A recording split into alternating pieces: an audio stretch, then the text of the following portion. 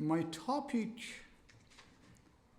I don't think anybody in this room, regardless of race, gender, background, religion, can say I am exempt.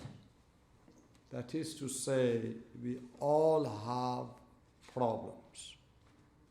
Whether it is emotional, it is cognitive, it is physical.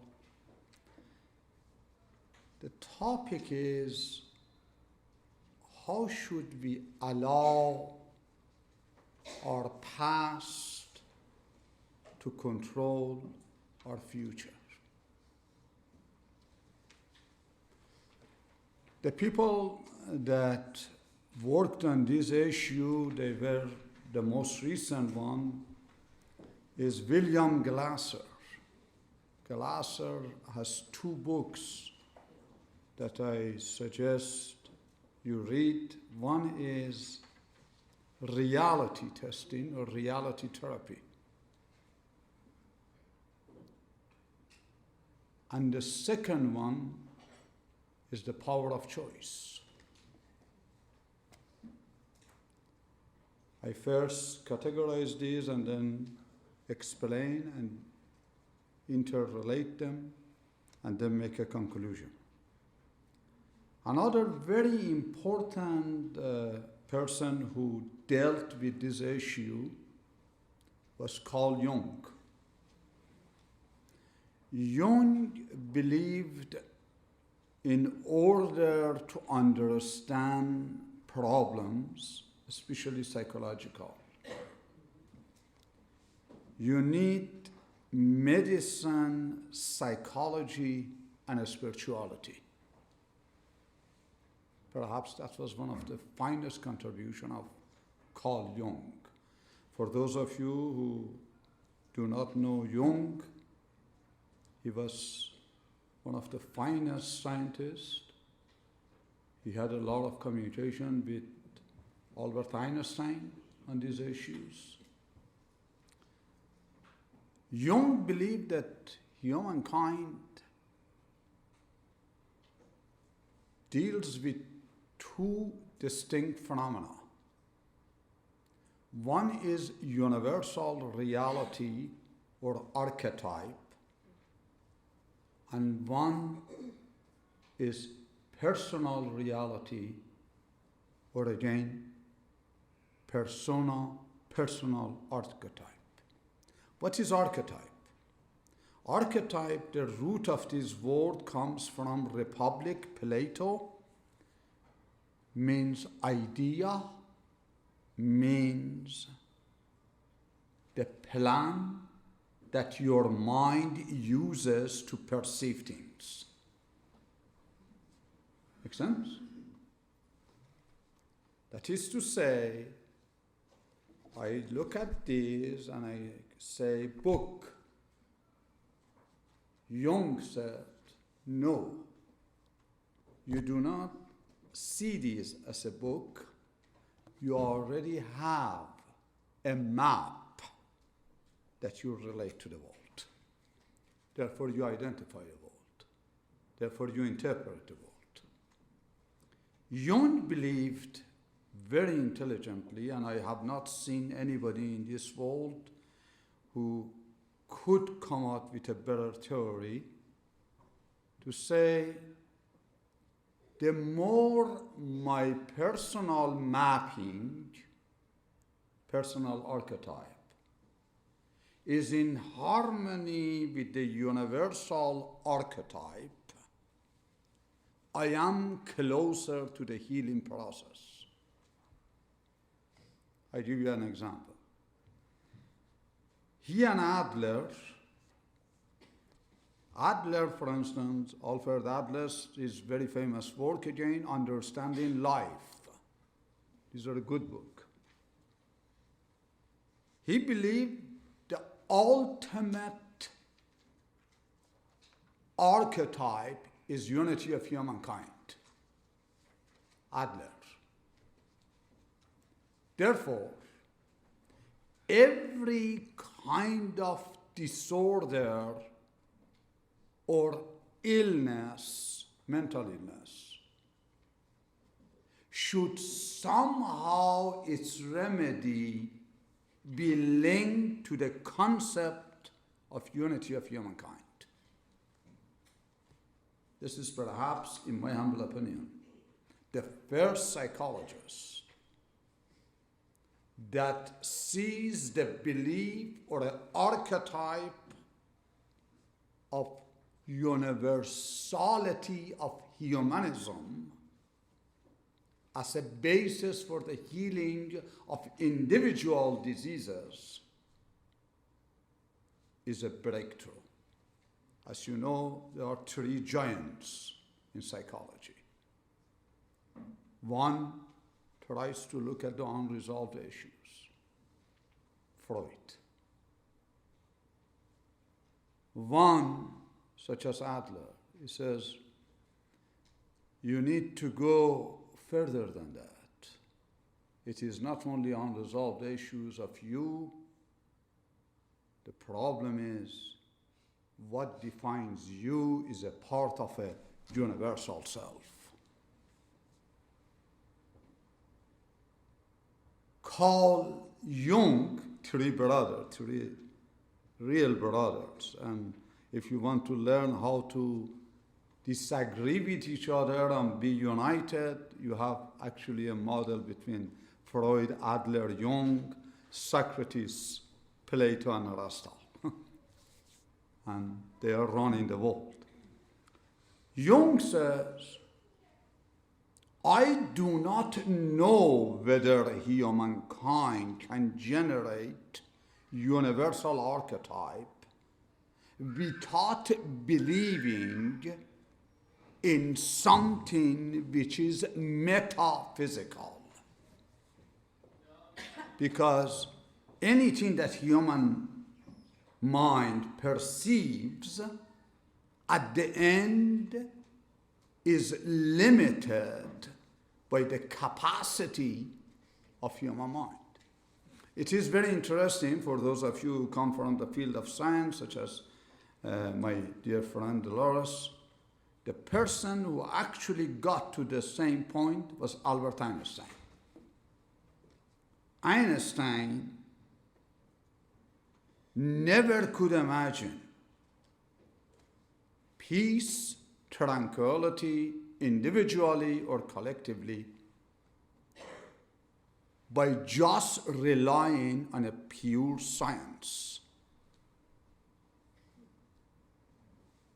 But he, like Jung, like Adler, did not believe in this religious concept which is man-made. There is one religion, and that is universal religion. There is one God, there is one humanity, there is one religion. Jung, Socrates, Kant, we all are alive because of spirituality and science. Science gives me evidence. What is a spirituality? A spirituality is to believe in an inner strength and move towards higher manifestation of self.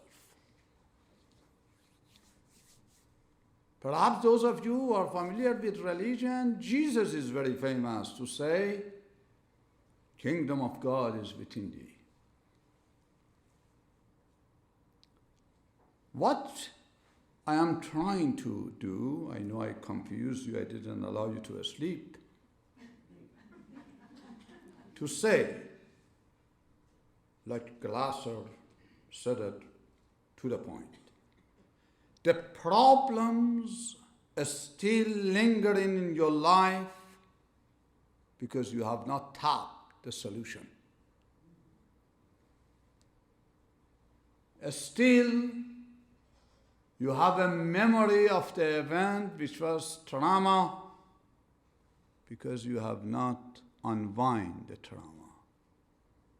or you were waiting for somebody else to solve it,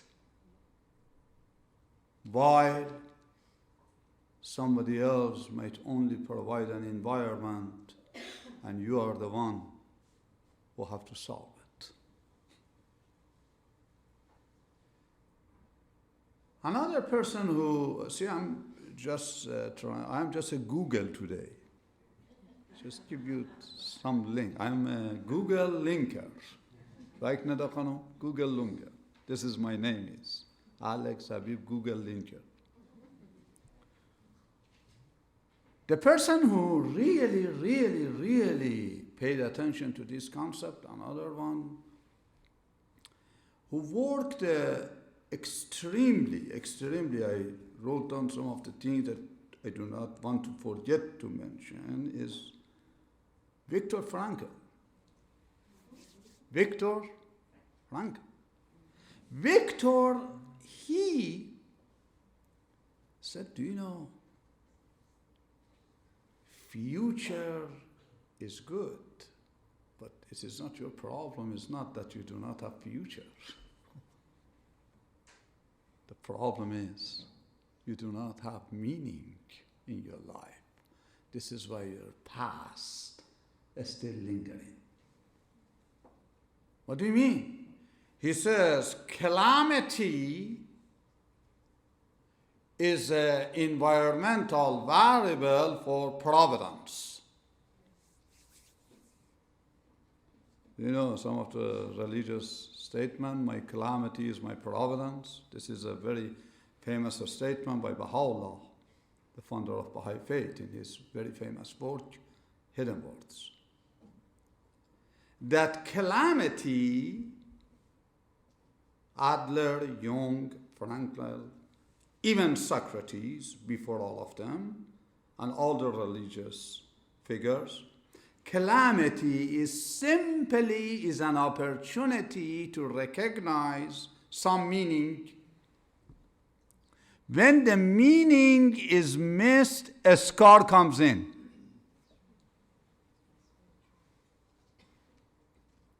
This is why Frankl has a book by the name of Search for Meaning.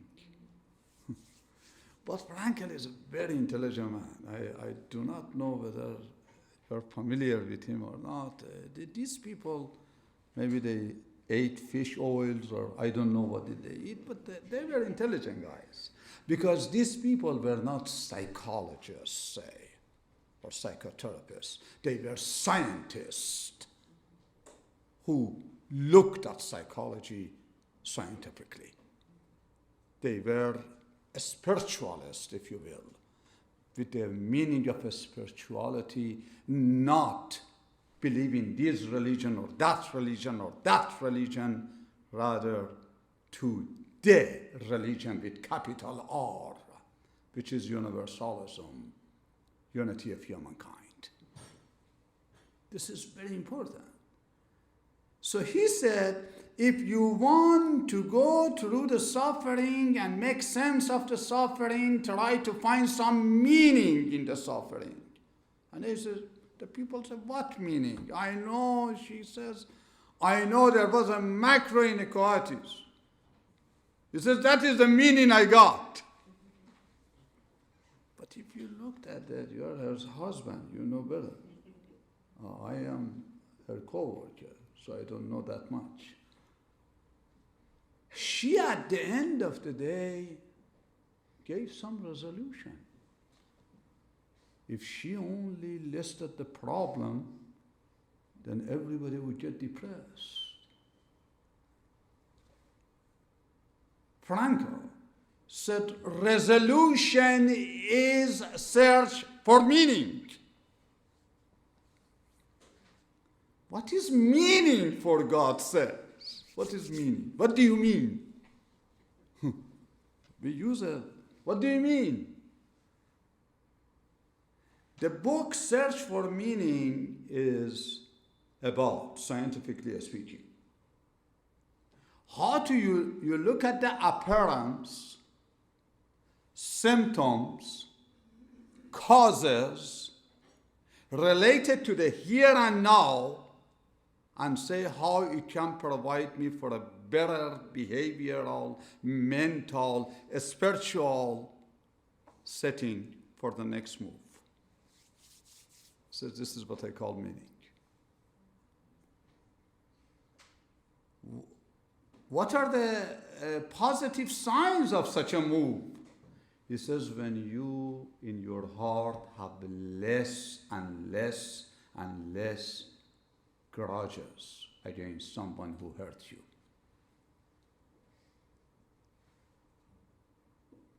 Rather than blame, you actually use that person as a teacher. You do not put yourself in the same environment tomorrow, but you learn something from that environment to give you more tools to deal with a better future. But he, intelligent guy was, he said, that doesn't cut it. Why? Because every human being might pursue his own meaning. You may find meaning, Dr. Mo, in killing Habib. That's a good one. He shakes his head. He really doesn't like it. Somebody, I do not want to say Dr. Mo does it, but how many religious fundamentalism in the world in the name of God kill people? They think they find meaning. Do you know what is the meaning for them?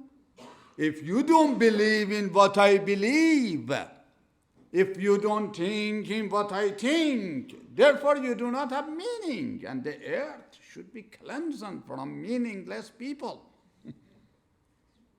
Makes sense?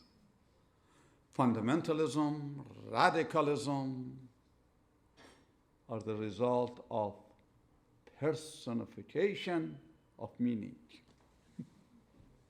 So, the people such as Jung and Viktor Frankl, he said, something is wrong. If you have 7 billion people, then you have 7 billion meaning that might be contradictory. And then Hegel came to rescue. Hegel said, but the world is about dialectical pattern. It is A positive, B negative, then they clash, C is much stronger. So these 3 had to answer Hegel. And this is the way they answered it. They said, search should not be for only personal meaning. Search, this is the name of the book again, search for ultimate meaning. What is the ultimate meaning?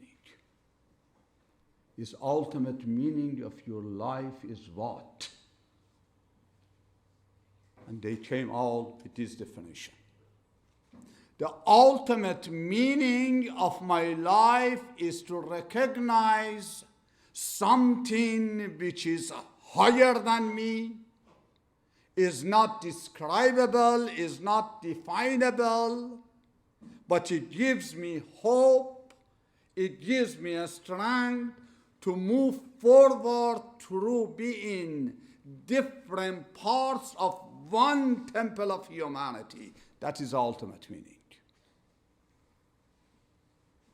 As you can see, they went further than some of the Persian poets. We are all different members of one body. Bani Adam a'zای یکدیگرند. They said, maybe if your pain became my pain, then there is no macro inequalities. If you are black, I am white, I am Persian, she is male. They said, psychologically, because they are not searching for ultimate meaning, that the reality of the lotus is not the color, it's not the position, is the soul, which is colorless. They said, this is ultimate meaning. then if I abuse you, I'm abusing myself. I'm abusing the whole humanity. If one person in the East laughs, it creates laughter for the whole world. We call that synchronicity, if you are Jungian. Do you see how things work? See, I'm trying to show you tools how to deal with trauma. Do not try to show them sympathy. Who do you think you are in the world? This is why psychologists looks at as empathy. Your pain is my pain, but for sure I cannot feel what you feel, but I try to. Frankl, Jung especially, they went all the way back. Their leader, philosophical leader, was Immanuel Kant. And Kant's leader was Socrates. Through pain that I suffer, I create life for humanity. Isn't this what Jesus did? I die for your sins, huh? And that doesn't mean I give you the voucher to commit sin, does it? See, this is why the Jung said psychology and spirituality, which is crooked, are two different things. Jesus didn't die for me to commit more sins. Jesus, Socrates, Gandhi, Baha'u'llah, or whosoever you want to name it, they suffered that I may be freed from the prison of a lower self. And then I don't commit sin.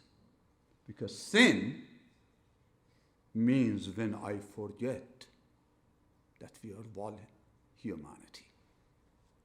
So how do I deal with the stress of the past? One, and the most important one, when they asked Socrates, when I say Socrates, of course, we are referring to the writings of Plato and Aristotle. Socrates says it starts with you. Know thyself. If you know thyself, you know God. God within. Because if you cannot find God within you, you want to find it in Jerusalem. But Jerusalem is a dust, dummy Habib. You fight about Kaaba or Akka or Mecca. But the hearts of another servant, because of the color of their skin, should be demoted as one of the finest corporations in the world. So, the first and foremost, know thyself. Know that reality of you is higher than you. And I should give credit where it's due. It wasn't Socrates. It was Krishna. Gita. The whole Gita, 18th chapter, is about to distinguish lower self from universal self. And this is why, with all respect, Hinduism is getting a lot of philosophical attention in the world. Why? Because they go cut through the nonsense of you are better, I am this. Read Krishna. He says you have to fight. That is your problem. The reason that you have the scars because you do not fight. How should you fight? He used the terminology which again was used by Jesus, it was used by Muhammad, and it was used by every religious domination that I know of. Holy war. War? Yes, Arjuna, the first believer, was so big. He said, "You want me to fight?" He said, "Sure." Against the enemies. What are the enemies? He says, those thoughts that limits you. Those thoughts that separates you. Those thoughts that says you are better. Those thoughts that he says you are inferior. Those thoughts that he says you are woman. You cannot do it. I am man. You can do it. Persians are better. No, Americans are better. You have to fight. Krishna. But I am after light, not fight. And Krishna, do you know what does the word Krishna means? It means black. Can you imagine you see anything without that pupil of the eye, which is black? That comes from Krishna. He says it is a black that attracts light, Arjuna. But fight. How should I fight? He says fight through righteousness. And when it is righteous, I call it holy. What does the word holy mean? Holy doesn't mean 3 holes, 4 holes. Even when you say, this book is holy, I have a psychological disorder if I think this book is holy. No, Bible is holy. What is holy about the Bible? It is just a book. So Krishna, holy means see the whole. The root is wholeness. The root is whole, healthy. See, now you're talking about 5,000 years later. You have religions such as by faith, you have religions such as Mormonism. Look at the whole. Krishna, can you actually not to look at the whole and be holy? So what is fight? Fight with whatever that takes away from you the archetype of the whole. Then you do not abuse yourself first. When I think negative about you, I first abuse myself. Well, my word is my position, my knowledge. I'm abusing myself. Because then that allows me to judge her, to judge that. But if I say that I go through the spiritual process of life having the human experience, please pay attention. I'm going through the spiritual process of life having a human experience. A spiritual is the whole. Human experience means be ready to fight. So, how do I deal with the scars of the past anyway, Donna? By feeling sorry about myself? Of course, do feel sorry. And then Nicole says, so good for you, so bad for you. I was so hurt. You know, my husband, my wife, my ex-wife, my 3 wives passed. So, Mr. Alex, if 3 wives abuse you, yes, and I don't want to get married anymore. Why? Because I know the next one, Halima, Sakina, Donna, Dina, whatever it is going to for sure abuse me. Jung says, that is your problem, Habib. That is your problem. First of all, you allowed, you're assuming they abused you. And first of all, see, I have MFTs here, so Kim is sitting here watching me like a lion. You've never been abused unless you are a contributor to the abuse. And this is what you were teaching, Dr. Moore, right? Already you fight with psychologists here, but it's good. Can my past prevent me from the future? Mr. Glasser, it is a matter of choice. This is why choice therapy comes. Choice requires knowledge. Knowledge requires insight. Insight requires universality of humanism. So they said, to make a long story short, don't let your past or present deprive you of the future opportunity.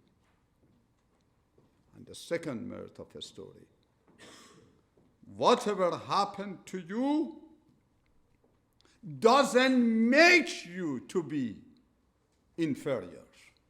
If that be the case, Gandhi should have felt inferior. The people who were in prison for 40 years,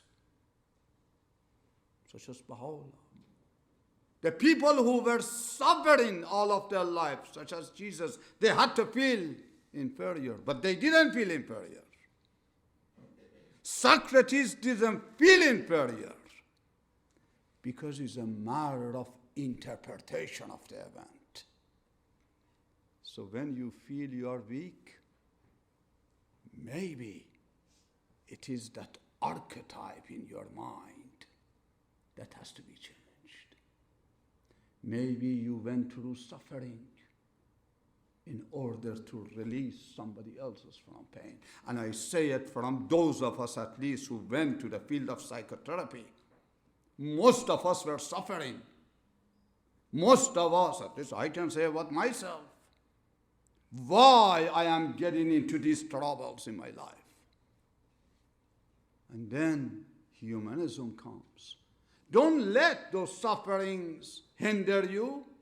Now use those suffering, this new knowledge, and help another fellow human being in order not to go through the same experience. And that is called meaning. And when you do it unconditionally, only for the sake of humanism, that is a search for ultimate meaning.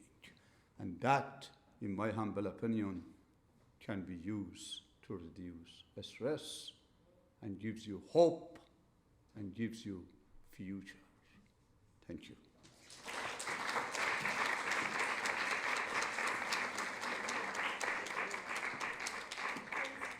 We have a few minutes for the question and answer. Anyone has any question?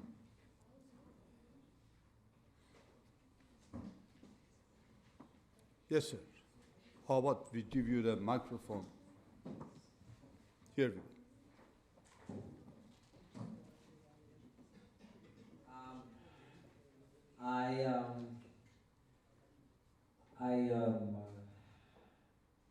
I'm very humbled by your speech. Thank you. And how can the world prosper humanity and humankind? It doesn't matter of the color of their skin or religion they are. How can the world be at peace without any racism or prejudice? How can that be possible? This question, I try to answer you based on scientific evidences that I have. I do not like personal opinion be expressed without first some theoretical model that I have to get my hand on. The first and the foremost is when Einstein, that question came to him, and he is one of my mentors, therefore I use him. He said the problem is that if you do not believe in something higher than your own self, there is no reason not to be prejudiced. This is in line with Jung and universal archetype. It is in line with majority of the religious doctrines that I know. If you are Christian, Jesus shall save you. What scientifically these people want to say? Now, if you ask Carl Jung, he says, that only means there is something that this guy is portraying, that it is not made up human phenomena. This is why they call it, I'm from the Lord. These are religious verbiage. Scientifically means, and this is what we are using in a 12-step program for alcoholic. When you go to the AA, they say we believe in a higher power. They don't believe, oh, I believe now, I'm high now. Give me the card. I'm a Christian. This is not what they are saying. They are simply saying, never think you can remove your obstacles only by yourself. You have to do what you can. But there is a higher reality that is in a driver's seat. Jung, very intelligent, he said that we call synchronicity. So, if I'm an alcoholic, if I have a prejudice, if I am a molester, whatever you may call it, I have prejudice. I have prejudice because I am not aware of some reality which is higher than me. I am prejudiced, now as a psychotherapist I speak, because of insecurities, because of dependencies, because of codependencies. But otherwise, why should I be prejudiced? Why should I feel you are better than me? If I have a good sense of self, if Mo comes and gives a good speech, I am the first one to promote him. It's a flower. Have you gone to garden? You imagine if all the flowers are the same, then why do you call it garden, for God's sake? What is this? See, I'm not answering prejudice. If I come with the concept that humanity means diversity and unity, like the flowers in one garden, they are all from different colors, different, but they are the same color. I believe peace in the world will not be established unless we first have a common definition of humanism. We may have peace through third war, but that is not a peace, because it appears from 100, 200 years ago that we just found peace as a preparation for the next war.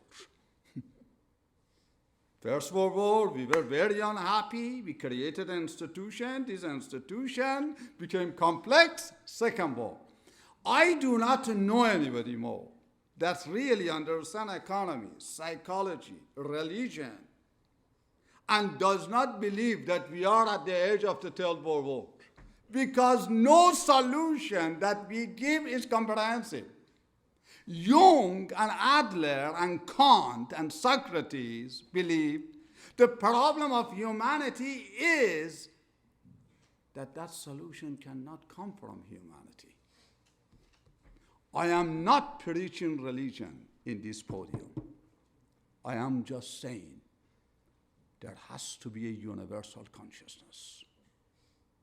There has to be a higher reality. And that higher reality, you may call it God, go for it. You may call it the higher sense of self, go for it. You may call it manifestation of that higher self, you call it.